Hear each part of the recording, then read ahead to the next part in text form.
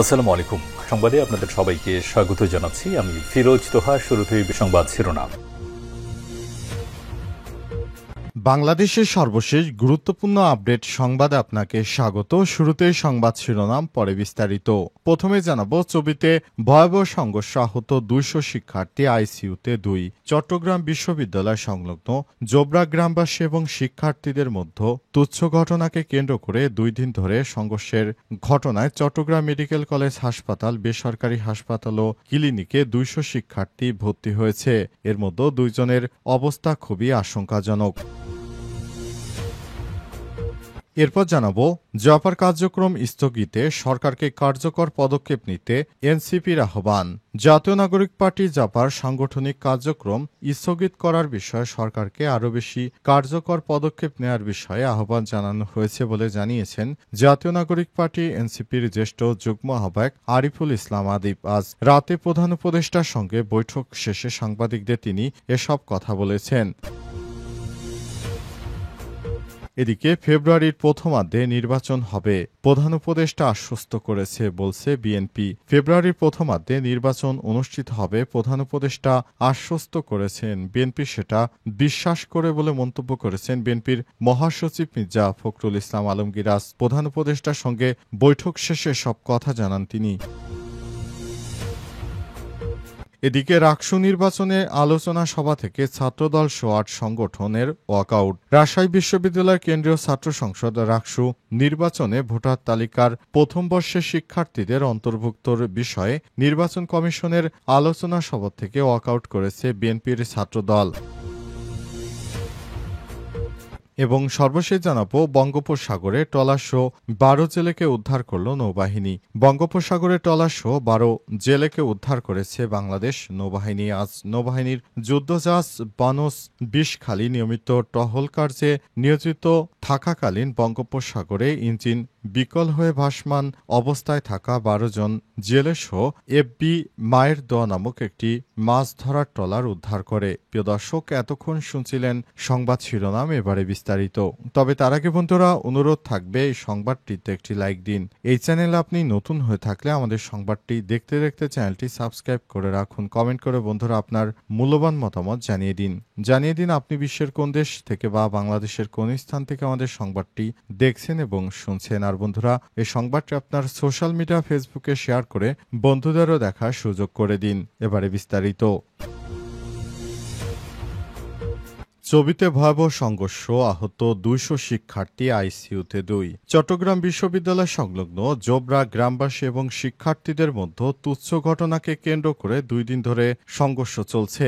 Chittagong medical college হাসপাতাল, বেসরকারি হাসপাতাল ও ক্লিনিকে 200 শিক্ষার্থী ভর্তি হয়েছে। এর মধ্যে 2 শিক্ষার্থী গুরুতর আহত হয় নিবিড় পরিচর্যা কেন্দ্র বা আইসিইউতে নেওয়া হয়েছে। চিকিৎসকরা জানিয়েছে তাদের অবস্থা আশঙ্কাজনক। রোববার সন্ধ্যা পর্যন্ত পাওয়া তথ্য অনুযায়ী আহতদের মধ্যে 78 জন চট্টগ্রাম মেডিকেল কলেজ চমেক হাসপাতালে, 100 জন বেসরকারি হাসপাতাল ও ক্লিনিকে এবং 22 জন উপজেলা স্বাস্থ্য কমপ্লেক্সে চিকিৎসাধীন। আহত শিক্ষার্থীদের বেশিরভাগের মাথায় আঘাত লেগেছে, তবে অনেকের পিঠ, বুক ও হাতেও জখম রয়েছে।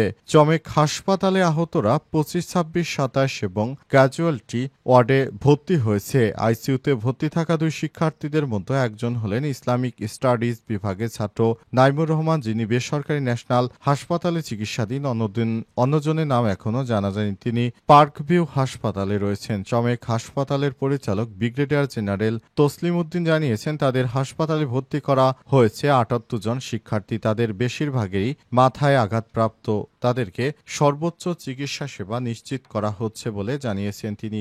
অভিযোগের রয়েছে হাটহাজারী থেকে এক ট্রাকে করে দেশীয় অস্ত্র এনে স্থানীয় আওয়ামী সন্ত্রাসীরা তাদের উপর হামলা চালায়। এছাড়াও বিএনপি নেতা উদয় কুসুম বড়ুয়া এই হামলায় উস্কানি দিয়েছে বলে অভিযোগ উঠেছে। শিক্ষার্থীরা এই ঘটনার জন্য চবি প্রশাসন ও সেনাবাহিনীকে ব্যর্থতার জন্য দায়ী করেছে। জাপার কার্যক্রম স্থগিত, সরকারকে কার্যকর পদক্ষেপ নিতে এনসিপির আহ্বান। জাতীয় পার্টি জাপার সাংগঠনিক কার্যক্রম নিষিদ্ধ চেয়েছে জাতীয় নাগরিক পার্টি এনসিপি এবং জামাত ইসলাম। তবে বিএনপির নেতৃত্ববৃন্দরা এ বিষয়ে এখনো কোনো কথা বলেনি। তারা সব সময় মতো কোনো কথা না বললেও পরবর্তীতে কোনো কাজ হয়ে গেলে তারা বলে এর সঙ্গে আমাদের একত্বতা ছিল। কিন্তু বর্তমান যে পরিস্থিতি সৃষ্টি হয়েছে এতে জাপার সমস্ত রাজনৈতিক কার্যক্রম নিষিদ্ধ হওয়া উচিত, এমনটাই মনে করছেন জামাত ইসলাম সহ এনসিপির নেতৃত্ববৃন্দরা। কিন্তু বর্তমান বিএনপি এ বিষয়ে কোনো কথা বলছে না, তারা এখন চুপচাপ রয়েছে। এ বিষয়ে বিএনপি এখনো কোনো কথা বলছে না। তারা জানিয়েছে তাদের সঙ্গে অন্তর্বর্তীকালীন সরকারের যে বৈঠক হয়েছে সেখানে অন্তর্বর্তীকালীন সরকারের প্রধান উপদেষ্টা প্রফেসর ডক্টর মোহাম্মদ ইউনূস আগামীতে একটি সুষ্ঠু নির্বাচন দিতে চেয়েছে। সেই নির্বাচনের বয়ান নিয়ে হাজির হয়েছে বিএনপি। কিন্তু জাপা সহ অন্যান্য রাজনৈতিক দলের রাজনৈতিক কার্যক্রম যে নিষিদ্ধ করতে হবে এ বিষয়ে বিএনপির পক্ষ থেকে কোনো কথাই বলা হচ্ছে না। তবে শিক্ষার্থীদের রাজনৈতিক দল এনসিপি, বাংলাদেশ জামাত ইসলাম সহ অন্যান্য রাজনৈতিক দল বাংলাদেশে জাতীয় পার্টির রাজনৈতিক কার্যক্রম নিষিদ্ধের কথা জানিয়েছে। অবস্থায় নতুন করে দেশে কোন পরিস্থিতির তৈরি হবে সে বিষয়টি এখনো স্পষ্ট করা যাচ্ছে না। অন্তর্বর্তীকালীন সরকারের প্রধান উপদেষ্টা প্রফেসর ডক্টর মোহাম্মদ ইউনূস কোন দিকে যাবেন সেটি এখনো স্পষ্ট হওয়া যাচ্ছে না, কারণ তিনি জাপাকে নির্বাচনের কার্যক্রম থেকে নিষিদ্ধ করবেন নাকি এভাবেই চলতে থাকবে সে বিষয়টি এখনো স্পষ্ট নয়। সেটি ভবিষ্যতে জানা যাবে, কারণ অন্তর্বর্তীকালীন সরকারের প্রধান উপদেষ্টা এ বিষয়ে কোনো সিদ্ধান্ত জানায়নি। ফেব্রুয়ারি প্রথমার্ধে নির্বাচন হবে, প্রধান উপদেষ্টা আশ্বস্ত করেছে বলছে বিএনপি। ফেব্রুয়ারির প্রথমার্ধেই বাংলাদেশে জাতীয় নির্বাচন অনুষ্ঠিত হবে বলে প্রধান উপদেষ্টা বিএনপিকে আশ্বস্ত করেছে, এমনটাই জানিয়েছে বিএনপির নেতৃত্ববৃন্দরা। আজ অন্তর্বর্তীকালীন সরকারের প্রধান উপদেষ্টা প্রফেসর ডক্টর মোহাম্মদ ইউনূস ৩ রাজনৈতিক দলের সঙ্গে কথা বলেছে এবং জানা গেছে অন্তর্বর্তীকালীন সরকারের প্রধান উপদেষ্টা প্রফেসর ডক্টর মোহাম্মদ ইউনূসের সরকার ফেব্রুয়ারিতে নির্বাচন দিবে। শুধুমাত্র বিএনপি সে বিষয়টি নিয়ে কথা বলেছে, কিন্তু অন্যান্য রাজনৈতিক দল তারা জামাত ইসলাম সহ এনসিপি ও শিক্ষার্থীদের বিভিন্ন রাজনৈতিক দল তারা চেয়েছে জাতীয় পার্টি এদেশে নিষিদ্ধ হোক। তাদের রাজনীতি করার নৈতিক সমর্থন হারিয়েছে। কিন্তু অন্তর্বর্তীকালীন সরকারের প্রধান উপদেষ্টার সঙ্গে কথা বলে বিএনপি শুধু নির্বাচনের কথা বলছে। এছাড়াও বিএনপির হাইকমান্ড বিদেশে বসে বাংলাদেশের নির্বাচন নিয়ে বিভিন্ন কথাবার্তা বলছেন। তিনি অন্য কোনো কথা বলছেন না। তিনি বলছেন গণতান্ত্রিক উত্তরণের জন্য